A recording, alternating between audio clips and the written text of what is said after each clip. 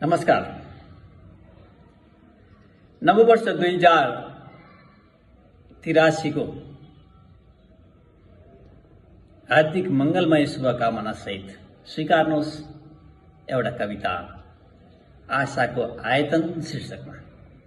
आशाको आयतन। अब उठौं हाम्रा खुशीका क्षेत्रफलहरू बढाऊं। अब उठौं हाम्रा खुशीका क्षेत्रफलहरू बढाऊं। आशाका आयतनहरू थपौं मनका खाली कोठाहरूमा। मनका खाली कोठाहरू हर्षले भरौं। घनत्व बढाऊं विश्वासको आशाको। घनत्व बढाऊं विश्वासको आशाको। उचाइहरू थपौं आत्मबलका साहसका। दुःखका गहिराईहरू घटाऊं र समतल पारौं।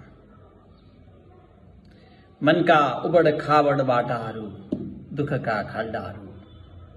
मनका उबड खाबड बाटाहरू दुःखका खाल्डाहरू एक एक गरी पुरौं।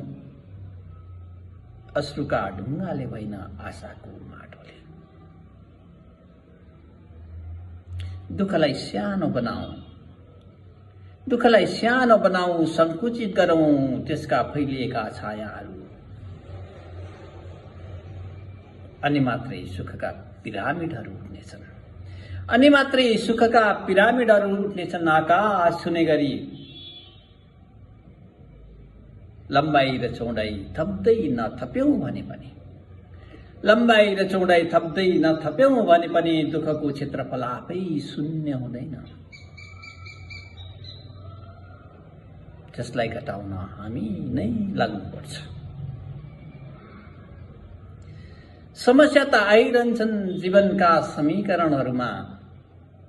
समस्या त आइरहन्छन् जीवनका समीकरणहरूमा। तर समाधान खोज्ने बानी हाम्रो सूत्र बनोस्। समस्याहरूसँग जुझ्नलाई लत बनाऊ। हारलाई पहाड बनाऊ र हरेक हारपछि फेरि उठ्ने शक्ति आफै भित्र हुन्छ। ईश्वर सहारा होस् वा नहोस्। ईश्वर सहारा होस् वा नहोस्।